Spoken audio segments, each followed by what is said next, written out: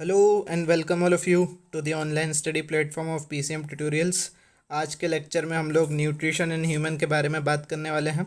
सबसे पहले हम ये देख लेते हैं कि न्यूट्रिशन का मतलब क्या होता है। तो न्यूट्रिएंट इनटेक करने की प्रोसेस को, है ना, इन द फॉर्म ऑफ फूड, हमारी बॉडी को न्यूट्रिशन की ज़रूरत होती है। न्यूट्रिशन को हम फूड की मदद से गेन करते हैं ताकि बॉडी अपनी एनर्जी की रिक्वायरमेंट को फुलफ़िल कर सके।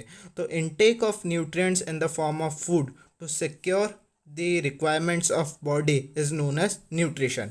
अब ह्यूमन बॉडी में ये न्यूट्रिशन कैसे किया जाता है वो हम देख लेते हैं।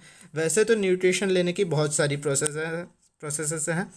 पहली जो प्रोसेस है वो है ऑटोट्रॉप्स, है ना। ऑटोट्रॉप्स के बारे में हम पहले पढ़ चुके हैं, जैसे कि प्लांट्स जो हैं वो ऑटोट्रॉपिक न्यूट्रिशन शो करते हैं, यानी कि वो अपना खाना खुद बनाते हैं।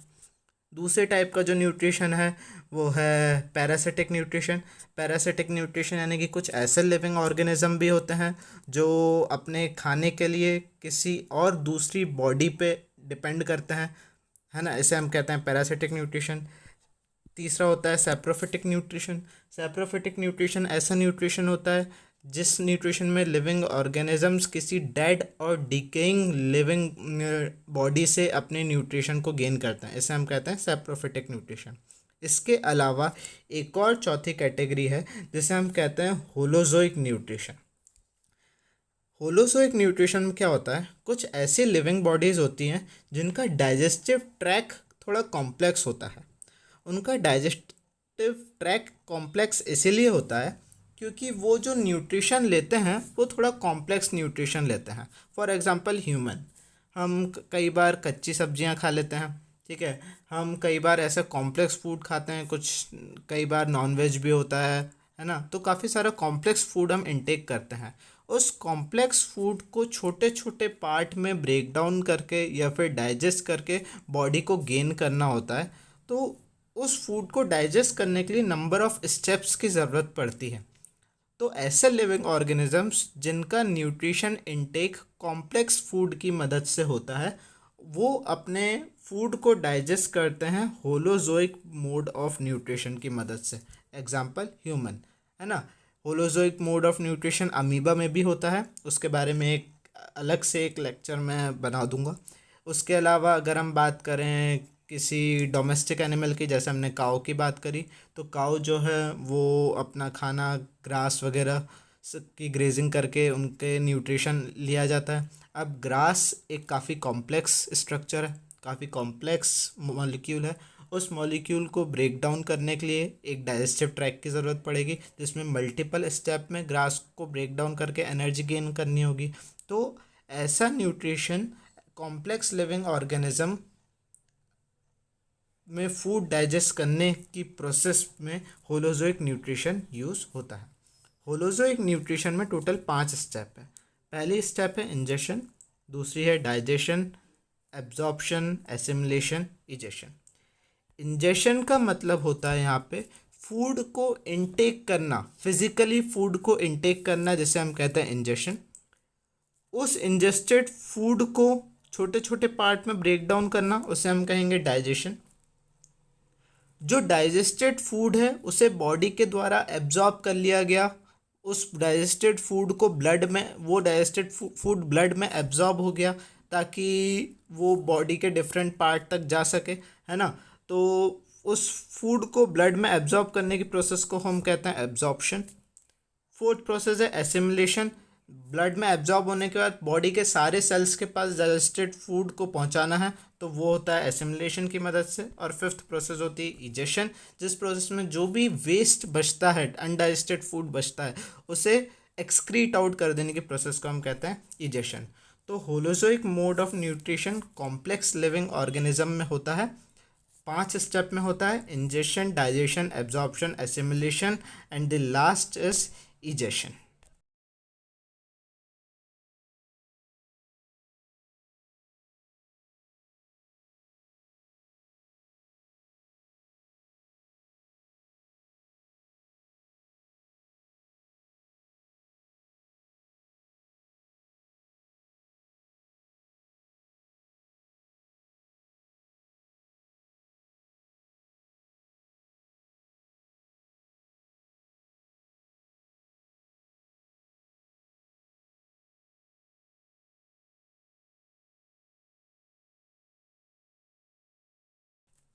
बात करते हैं न्यूट्रिशन इन ह्यूमन की, तो ह्यूमन एक कॉम्प्लेक्स बॉडी है, तो ह्यूमन में भी holozoic mode of nutrition follow किया जाता है। ठीक है, चालू करते हैं। तो सबसे पहली प्रोसेस होगी यहाँ पे इंजेक्शन। इंजेक्शन में ह्यूमन में फिजिकली हम हाथ से फूड को मुंह में डालते हैं, तो ऐसे हम फिजिकली थ्रू माउथ इंजेक्शन में सिंपली कोई बहुत ज़्यादा रॉकेट साइंस नहीं है यहाँ पे। सेकंड जो हमारी प्रोसेस आती है वो आती है डाइजेशन। ह्यूमन बीइंग में फूड का डाइजेशन जैसे ही हम फूड को मुंह में डालते हैं, मुंह में डालते से ही इसका डाइजेशन चालू हो जाता है, बिगिंस इन माउथ। कैसे होता है? जैसे ही हमने फूड को मुंह में डाला, मुंह में डालते से ही ह्यूमन में दो प्रकार से डाइजेशन होता है। पहला जो होता है वो होता है फिजिकल डाइजेशन, दूसरा जो होता है वो होता है केमिकल डाइजेशन। फिजिकल डाइजेशन में हम फिजिकली फूड को छोटे पार्ट में ब्रेक डाउन करते हैं with the help of teeth. Chew करके हम फूड को छोटे पार्ट में तोड़ते हैं, है ना, जैसे हम कहते हैं फिजिकल डाइजेशन।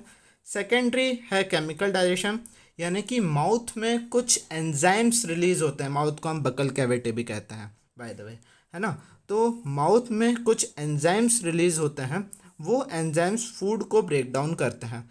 कुछ शॉर्ट ट्रिक्स बताऊंगा, कुछ शॉर्ट मेथड्स बताऊंगा जिससे याद रखना शायद ये आसान हो जाए, है ना। और ये जो मैं नोट्स बने हुए हैं ऑलरेडी, ये नोट्स में मैंने कोशिश किया है कि आपको टेबुलर फॉर्म में शॉर्ट पॉइंट्स में पूरा डाइजेशन समझा दूं। 2-3 बार समझ में ना आए तो 2 बार 3 बार मल्टीपल टाइम से वीडियो देखना, गारंटी है समझ में आ जाएगा। साथ ही साथ वीडियो के साथ में मैं कुछ इंपॉर्टेंट क्वेश्चंस भी बताता जाऊंगा, और वीडियो के एंड में मैं यहाँ पे लेक्चर्स भी दूंगा। कुछ पीपीटीज भी शेयर करूंगा, या फिर कुछ मैं क्वेश्चंस भी शेयर करूंगा डेफिनेटली, जो बहुत ज़्यादा इंपॉर्टेंट क्वेश्चन रहेंगे, और साथ में बताते भी चलूँगा कि किस टाइप के क्वेश्चन बोर्ड में पूछे जाते हैं, है ना।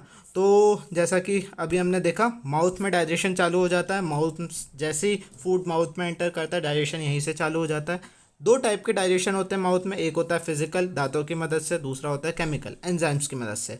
हमारे माउथ में बकल कैविटी में ग्लैंड्स रहती हैं।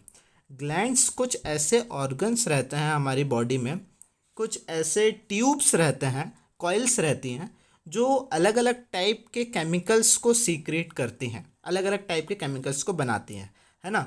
तो माउथ में बकल कैविटी में कुछ ऐसी ग्लैंड्स होती हैं। उन ग्लैंड्स को हम, बकल कैविटी में जो ग्लैंड होती है उस ग्लैंड को हम कहते हैं सलाइवरी ग्लैंड, है ना। S for saliva, salivary gland S for salivary amylase नाम का एक एंजाइम रिलीज करती है। ये सलाइवरी अमाइलेज ब्रेक डाउन करता है स्टार्च को। हमने जैसे ही फूड मुंह में डाला, उस फूड में जो भी स्टार्च होगा, स्टार्च के अलावा जो भी है अभी हमें उससे मतलब नहीं है, अलग अलग स्टेप में डिफरेंट टाइप ऑफ कंपाउंड जो भी हम इनटेक करते हैं वो ब्रेक डाउन होते हैं। तो उस फूड में, जो भी फूड माउथ में गया, उस फूड में जो भी स्टार्च होगा वो स्टार्च शुगर में ब्रेक डाउन हो जाएगा, और शुगर में ब्रेक डाउन करने का काम करेगा सलाइवरी अमाइलेज, जो कि रिलीज़ किया गया है सलाइवरी ग्लैंड के द्वारा। और ये सलाइवरी ग्लैंड हमारी बकल कैविटी में प्रेजेंट रहती है। कहाँ पे प्रेजेंट रहती है? बकल कैविटी में प्रेजेंट रहती है। ठीक है, अब माउथ में इतना डाइजेशन हो गया। अब माउथ से ये फूड जो है वो आएगा स्टमक में। माउथ से जो फूड स्टमक में आएगा, ये कैनल की मदद से आएगा। एक छोटा सा मैं ओवरव्यू दे देता हूँ, थोड़ा सा ध्यान रखना है यहाँ पे। ये हमारे ह्यूमन बॉडी है ना। तो ह्यूमन बॉडी में जो डाइजेशन होता है वो माउथ से लेके नीचे एनस तक, ये एक सिंगल कैनल है। उस पूरी कैनल को बोला जाता है एलिमेंट्री कैनल, है ना। माउथ, ईसोफेगस, मैंने नीचे ईसोफेगस की स्पेलिंग ओ से चालू की हुई है, तो कोई दिक्कत नहीं है, दोनों स्पेलिंग सही होती हैं, चाहे आप ओ से लिखो चाहे आप ई से लिखो, ठीक है। तो ईसोफेगस, माउथ में फूड यहाँ पे डाइजेस्ट हो चुका है ना। अब माउथ से फूड जो है वो गया स्टमक में। तो माउथ से ये जो फूड है वो गया यहाँ पे स्टमक में, और वो एक ट्यूब की मदद से गया, उस ट्यूब को हम कहते हैं ईसोफेगस, ठीक है। तो माउथ से फूड गया स्टमक में। स्टमक में ये जो फूड पहुँचा वो एक मूवमेंट की मदद से पहुँचा। इस मूवमेंट को हम कहते हैं पेरिस्टाल्टिक मूवमेंट। क्या कहते हैं हम इसे? Peristaltic movement. Peristaltic movement actually में होता क्या है?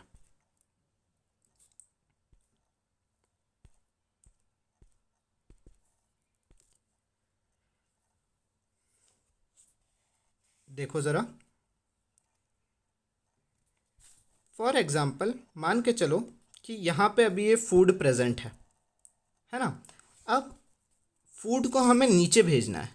फूड को नीचे भेजने के लिए सबसे पहले ये वाला जो पार्ट है, इस पार्ट में फूड को किया जाएगा कॉन्ट्रैक्ट। ये वाली जो ट्यूब है, ये यहाँ से इसकी मसल्स होगी कॉन्ट्रैक्ट, और ये वाली जो एरिया है, ये वाला एरिया होगा रिलैक्स। जब ये वाला एरिया होगा रिलैक्स और ये वाला एरिया होगा कॉन्ट्रैक्ट, तो ये वाला एरिया जैसे ही कॉन्ट्रैक्ट होगा ये फूड नीचे आएगा, क्योंकि ये वाला एरिया रिलैक्स हो गया।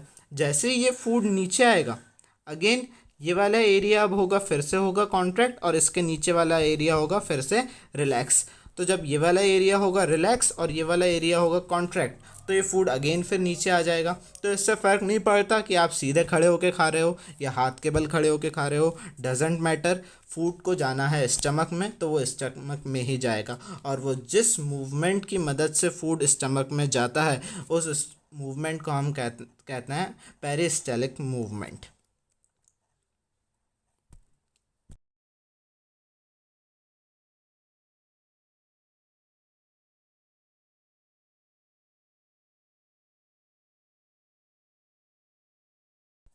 ठीक है, तो माउथ में फूड डाइजेस्ट हुआ, माउथ से फूड स्टमक में गया, स्टमक में गया ईसोफेगस की मदद से।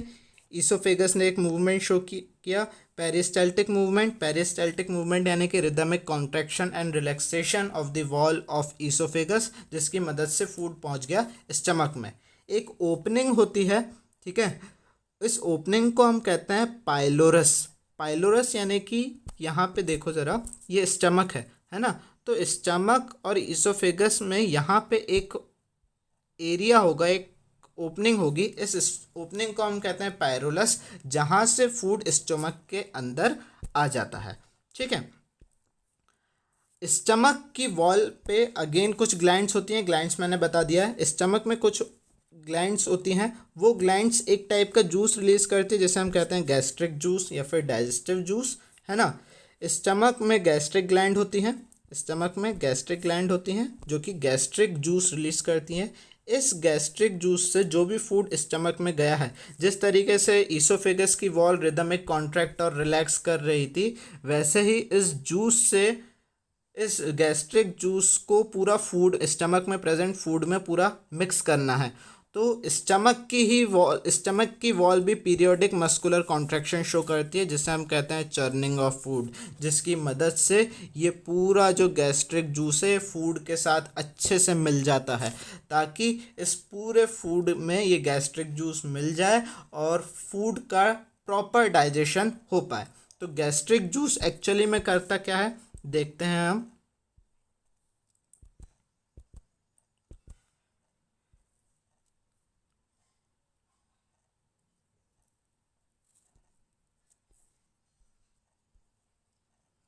शायद आप लोग यहाँ पे देख पा रहे होंगे, गैस्ट्रिक जूस फूड को तो मिक्स कर दे, फूड में तो पूरा अच्छे से मिक्स होता है चर्निंग ऑफ फूड की मदद से। साथ में गैस्ट्रिक जूस के अंदर 3 टाइप के जूसेस मिक्स रहते हैं। जो 3 टाइप के जूसेस मिक्स रहते हैं वो कुछ ये रहते हैं। पहला जो जूस है वो है पेप्सिन, दूसरा है HCl और तीसरा है म्यूकस। ठीक है, पेप्सिन याद रखना, मैंने इसे रेड रेड से यहाँ पे इसलिए लिख के रखा है कि P for pepsin, P for protein break down करने में मदद करता है, इससे याद रहेगा, है ना। स्टमक में गैस्ट्रिक ग्लैंड होती है, स्टमक में गैस्ट्रिक ग्लैंड्स होती हैं जो कि गैस्ट्रिक जूस रिलीज करती हैं। गैस्ट्रिक जूस 3 जूसेस का मिक्सचर रहता है। ठीक है, पहला है पेप्सिन, दूसरा है HCl, तीसरा है mucus. P for pepsin, P for protein को ब्रेक डाउन करता है, लेकिन पेप्सिन को काम करने के लिए किसी का सपोर्ट चाहिए। तो पेप्सिन का यहाँ पे सपोर्ट करता है HCl, है ना। HCl यहाँ पे पेप्सिन को एक्टिवेट करने का काम करता है। साथ ही साथ ये एक एसिडिक मीडियम क्रिएट करता है, क्योंकि पेप्सिन को काम करने के लिए एसिडिक मीडियम की ज़रूरत है, यानी कि इनडायरेक्टली इसने HCl ने पेप्सिन को एक्टिवेट किया। और दूसरा HCl का काम है कि ये HCl जर्म्स को किल करता है। ठीक है, अब स्टमक में HCl रिलीज हुआ तो HCl ऑब्वियस सी बात है एसिड है, एसिड अगर हाथ पे गिरेगा तो हाथ तो जलेगा। वैसे ही अगर HCl अगर स्टमक में रिलीज हो रहा है तो स्टमक भी जल सकता है, स्टमक की लाइनिंग्स भी इरोड हो सकती है, जो इनर लाइनिंग होती है, अंदर वाली इनर लाइनिंग जो होती है स्टमक की, वो भी इरोड हो सकती है, वो भी जल सकती है। तो स्टमक को HCl से बचाने के लिए स्टमक के अंदर एक और जूस सीक्रेट होता है जिसे हम कहते हैं म्यूकस। म्यूकस फॉर एग्जांपल ये मान के चलो कि ये अगर स्टमक है तो स्टमक की वॉल पे इस जगह पे म्यूकस रिलीज होगा। ये म्यूकस जो है स्टमक को जो भी HCl रिलीज हो रहा है उस HCl से प्रोटेक्ट करेगा। ठीक है, अब HCl की ज़रूरत हमें क्यों थी? HCl की हमें ज़रूरत इसलिए थी क्योंकि HCl जो है वो प्रोटीन ब्रेक डाउन करने में मदद करेगा, और प्रोटीन ब्रेक डाउन कर रहा है पेप्सिन, यानी कि HCl जो है वह इनडायरेक्टली किसकी मदद कर रहा है? पेप्सिन की, ताकि HCl एसिडिक मीडियम क्रिएट करके पेप्सिन की मदद कर रहा है और जर्म्स को भी साथ ही साथ किल कर रहा है। ठीक है, तो यहाँ तक हमने देखा सब डायजेशन चालू होता है माउथ से। माउथ में यहाँ पे काम करती है सलाइवरी अमाइलेज जो कि स्टार्च को ब्रेक डाउन करती है in the form of sugar. ठीक है, फिर उसके बाद स्टमक से फूड आता है, माउथ से फूड आता है स्टमक में। स्टमक में गैस्ट्रिक ग्लैंड 3 टाइप के जूसेस रिलीज करती है। अब जो फूड है वो स्टमक से जाएगा स्मॉल इंटेस्टाइन में। ठीक है, स्टमक से फूड स्मॉल इंटेस्टाइन में जाएगा एक मसल के थ्रू। मसल को हम कहते हैं sphincter muscle. Sphincter muscle food को, एक सेकंड में डायग्राम की मदद से बता देता हूँ।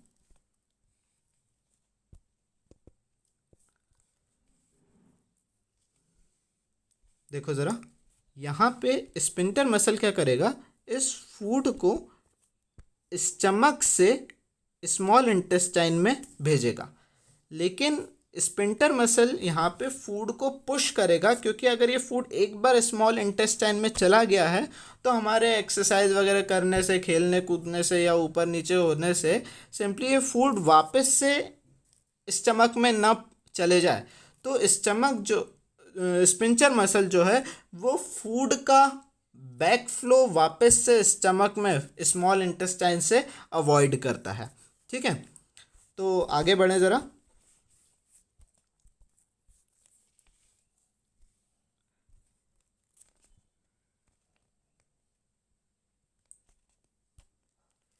फूड स्टमक से स्मॉल इंटेस्टाइन में गया, स्पिंचर मसल ने उसका बैक फ्लो अवॉइड किया।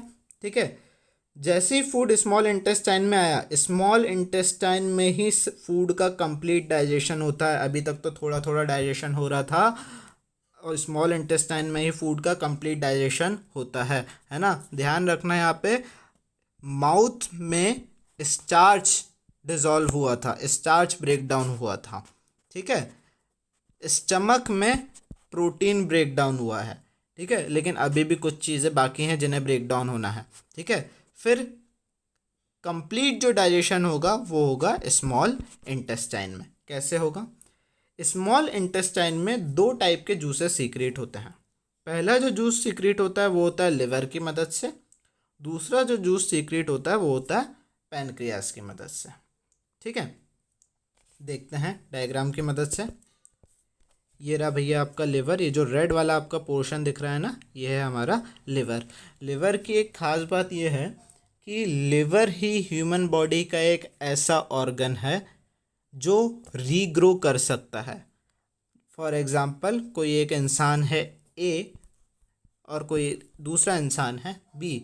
इस बी इंसान का अगर यहाँ पे लिवर डैमेज हो जाता है, लिवर ख़राब हो जाता है, तो ए इंसान अपना आधा लिवर इस बी इंसान को डोनेट कर देगा। तो इसका 50% लिवर जो है वो कुछ दिनों बाद वापस से रीग्रो होके 100% हो जाएगा। यानी कि सिर्फ लिवर के पास ही एक ऐसी कैपेसिटी होती है कि वो वापस से रीग्रो हो सके। उंगली कट जाएगी तो वो रीग्रो नहीं होगी, लेकिन लिवर कट जाएगा तो वो रीग्रो हो जाएगा। ये एक इसकी स्पेशल प्रॉपर्टी है। ठीक है, और यहाँ पे नीचे आपको दिख रहा होगा ये है पैनक्रियास, है ना। डायग्राम में थोड़ा फोकस करके देखना, डायग्राम में आपको दिख जाएगा। ठीक है, तो आगे बढ़ते हैं हम। स्मॉल इंटेस्टाइन में 2 टाइप के जूसेस काम आते हैं, एक आता है लिवर, दूसरा आता है पैनक्रियास। लिवर यहाँ पे बाइल जूस रिलीज करता है, लिवर यहाँ पे बाइल जूस रिलीज करता है। मैंने डिफरेंट कलर से बना के रखा है, यानी कि bile juice greenish yellowish colour का होता है, bile juice greenish yellowish colour का होता है, जो कि गॉल ब्लैडर में स्टोर होता है। ठीक है, बाइल जूस लिवर सीक्रेट करता है जो कि गॉल ब्लैडर में स्टोर होता है। बाइल जूस का काम है स्टमक में फूड में हमने मिलाया था HCl जब मिलाया था तो स्टमक को तो म्यूकस ने प्रोटेक्ट कर लिया, लेकिन स्मॉल इंटेस्टाइन के पास म्यूकस नहीं है, तो इस एसिडिक फूड को वापस से हमें बेसिक या फिर न्यूट्रल मीडियम में लाना पड़ेगा, है ना। तो बाइल जूस जो है वो उस एसिडिक फूड को बेसिक मीडियम में या फिर अल्कलाइन मीडियम में लेके आता है। और फाइनली बाइल जूस, अभी तक हमने यहाँ पे स्टार्च ब्रेक डाउन किया था और यहाँ पे हमने प्रोटीन ब्रेक डाउन किया था। बाइल जूस यहाँ पे ब्रेक डाउन करेगा फैट्स को। कैसे ब्रेक डाउन करेगा बाइल जूस यहाँ पे? फैट्स को। ये इसका बहुत ज़्यादा इंपॉर्टेंट काम है। ठीक है, दूसरी जो सीक्रेशन किया जाता है स्मॉल इंटेस्टाइन में, जो दूसरा जो जूस आता है वो रिलीज़ होता है पैनक्रियास के द्वारा। पैनक्रियास रिलीज करती है pancreatic juice. Pancreatic juice 3 juices का मिक्सचर होता है। पहला होता है ट्रिप्सिन, दूसरा होता है अमाइलेस, तीसरा होता है लिपेस। आप लोग को याद होगा हमने स्टमक में एक जूस पढ़ा था पेप्सिन नाम का, है ना। पेप्सिन, ट्रिप्सिन, सिन, है ना। तो इससे याद रखना, पेप्सिन प्रोटीन ब्रेक डाउन करता है, वैसे ही ट्रिप्सिन भी प्रोटीन ब्रेक डाउन करेगा। प्रोटीन को हमने यहाँ पे 2 बार हमारी बॉडी में ब्रेक डाउन हुआ है, क्योंकि प्रोटीन एक कॉम्प्लेक्स मॉलिक्यूल है, इससे ज़्यादा डाइजेशन की ज़रूरत पड़ती है। तो एक बार प्रोटीन डाइजेस्ट हुआ स्टमक में, दूसरी बार स्मॉल इंटेस्टाइन में। स्टमक में डाइजेस्ट किया था पेप्सिन ने, स्मॉल इंटेस्टाइन में डाइजेस्ट करेगा ट्रिप्सिन। ट्रिप्सिन है एक पैनक्रियाटिक जूस का पार्ट। पैनक्रियाटिक जूस रिलीज करता है पैनक्रियास। कहाँ पर रिलीज करता है? स्मॉल इंटेस्टाइन में। काफ़ी डर्टी हो गया, इसे थोड़ा सा क्लियर अप कर लिया जाए। ठीक है, अब काफ़ी क्लियर है। तो पैनक्रियास पैनक्रियाटिक जूस रिलीज करते हैं। पैनक्रियाटिक जूस 3 जूसेस का मिक्सचर होता है। ठीक है, पहला जो जूस है वो है ट्रिप्सिन। ट्रिप्सिन पेप्सिन का भाई है। ठीक है, ये प्रोटीन को ब्रेक डाउन करेगा, क्योंकि पेप्सिन भी प्रोटीन को ब्रेक डाउन करता है। माउथ में हमने एक जूस के बारे में पढ़ा था सलाइवरी अमाइलेस। तो सलाइवरी का यहाँ पे पहला वर्ड हटा दो, बचता है अमाइलेस। अमाइलेस ब्रेक डाउन करता है स्टार्च को, तो अगेन अमाइलेस फिर से ब्रेक डाउन करेगा किसे? स्टार्च को। और ऑब्वियस सी बात है, स्टार्च जो है वो ब्रेक डाउन होता है किसमें? शुगर या फिर ग्लूकोज में। बचता है आखिरी यहाँ पे लिपेस। हर चीज़ को हम 2 बार ब्रेक डाउन कर रहे हैं। देखो ज़रा, प्रोटीन को हमने एक बार स्टमक में ब्रेक डाउन कर लिया, स्टार्च को हमने एक बार माउथ में ब्रेक डाउन कर लिया, फैट को तो अभी हमने यहाँ पे सिर्फ एक ही बार ब्रेक डाउन किया था, वो भी बाइल जूस ने।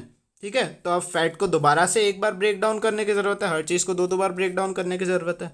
तो लिपेज यहाँ पे आखिरी बार फैट को ब्रेक डाउन करेगा छोटे छोटे पार्ट में, फाइनल ब्रेक डाउन जो उसका होगा। अब हर चीज़ जब छोटे छोटे पार्ट में ब्रेक डाउन हो गई है, तो आखिरी में यहाँ पे जो फाइनल टच देगी वो देगी intestinal juice release by small intestine. Intestinal juice release by small intestine, ये फाइनली जो भी हमने शुगर बनाई थी, शुगर या फिर कार्बोहाइड्रेट्स भी कह सकते हैं, शुगर कार्बोहाइड्रेट्स एक ही बात है ना। तो कार्बोहाइड्रेट्स को ब्रेक डाउन करेगी फाइनली सिंपलेस्ट ग्लूकोज में। ग्लूकोज का फॉर्मूला आप लोग को पता है। प्रोटीन्स को ब्रेक डाउन करेगी अमीनो एसिड में। ठीक है, अमीनो एसिड यानी कि नाइट्रोजन कंटेनिंग कुछ एसिड्स होते हैं अमीनो एसिड। अमोनिया आप लोग ने सुना होगा, अमोनिया का फॉर्मूला होता है NH3। अब अमोनिया में नाइट्रोजन होता है, तो वैसे ही अमीनो एसिड में भी नाइट्रोजन होता है, और प्रोटीन जो है वो नाइट्रोजन से मिलके बनता है। That is why proteins will break down into amino acids, and finally fat will break down into fatty acid and glycerol. दो फाइनल जो बेसिक जो सिंपलेस्ट जो स्ट्रक्चर होगा जिसमें पूरा फूड ब्रेक डाउन होगा, वो फाइनल ब्रेक डाउन किया जाएगा स्मॉल इंटेस्टाइन में इंटेस्टाइनल जूस की मदद से। और उसके पहले ये जो लोग भी मदद कर रहे थे, लिवर, पैनक्रियास, गैस्ट्रिक ग्लैंड, या फिर बकल कैविटी में जो ग्लैंड होती है, तो ये सारी जो ग्लैंड्स हैं सिर्फ छोटे छोटे पार्ट में इन्हें ब्रेक डाउन कर रही थी। फाइनल ब्रेक डाउन जो किया वो स्मॉल इंटेस्टाइन में किया। अब ये जो भी हमारा डाइजेस्टेड फूड है, इस डाइजेस्टेड फूड को बॉडी को एब्जॉर्ब करना है। तो ये जो स्मॉल इंटेस्टाइन होती है हमारी, स्मॉल इंटेस्टाइन में कुछ विली प्रेजेंट होती है, विलाइज प्रेजेंट रहती है ना। ये विलाइज एक्चुअली में होता क्या है मैं आपको बताता हूँ।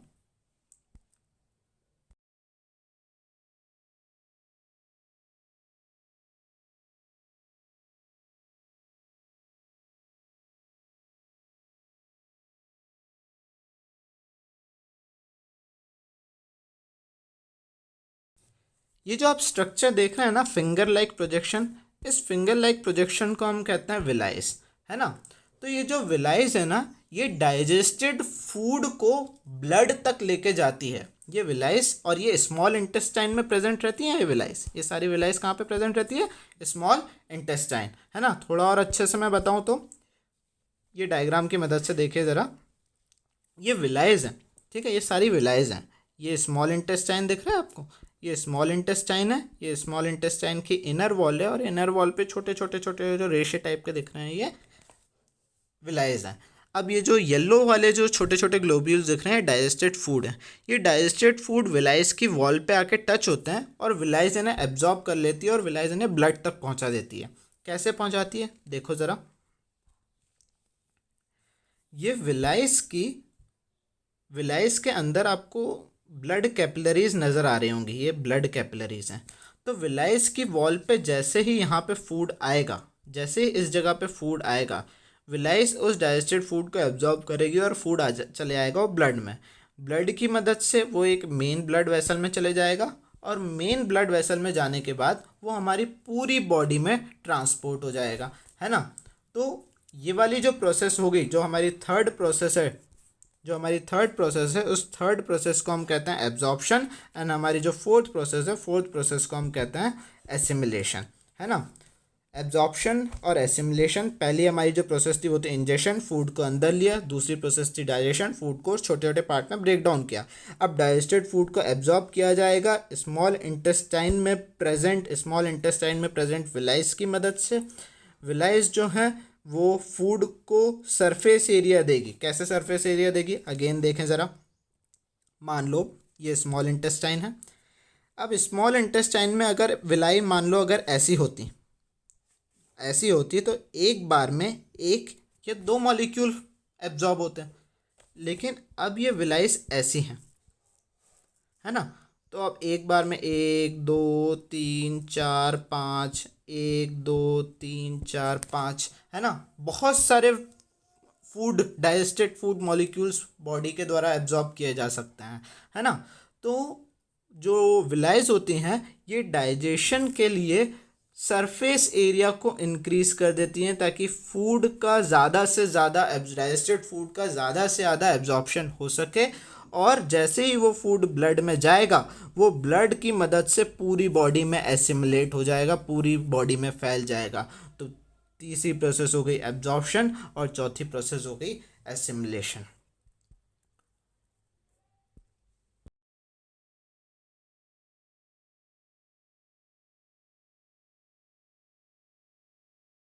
हमारी जो आखिरी प्रोसेस है, फाइनल प्रोसेस है, जिसे हम कहते हैं इजेशन, ठीक है।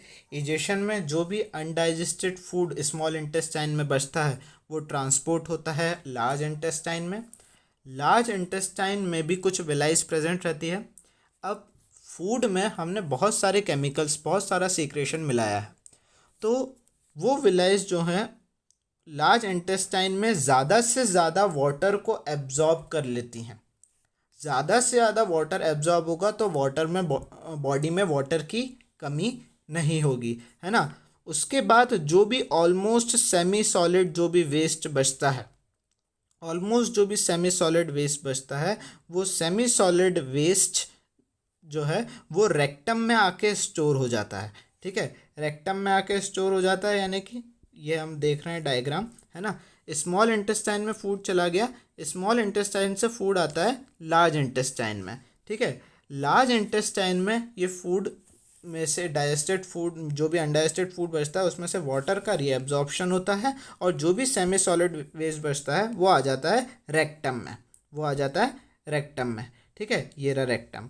रेक्टम से में कुछ टाइम के लिए फूड रहता है, और रेक्टम से फूड जो है वो वापस से वो बाहर एक्सक्रीट आउट हो जाता है, रेक्टम से वो एनस के थ्रू बाहर एक्सक्रीट आउट हो जाता है in the form of faeces या फिर स्टूल।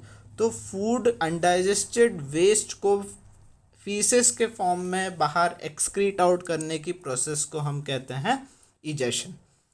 तो ये था आपका ऑल अबाउट डाइजेशन या फिर nutrition in human. Hope so समझ में आया होगा।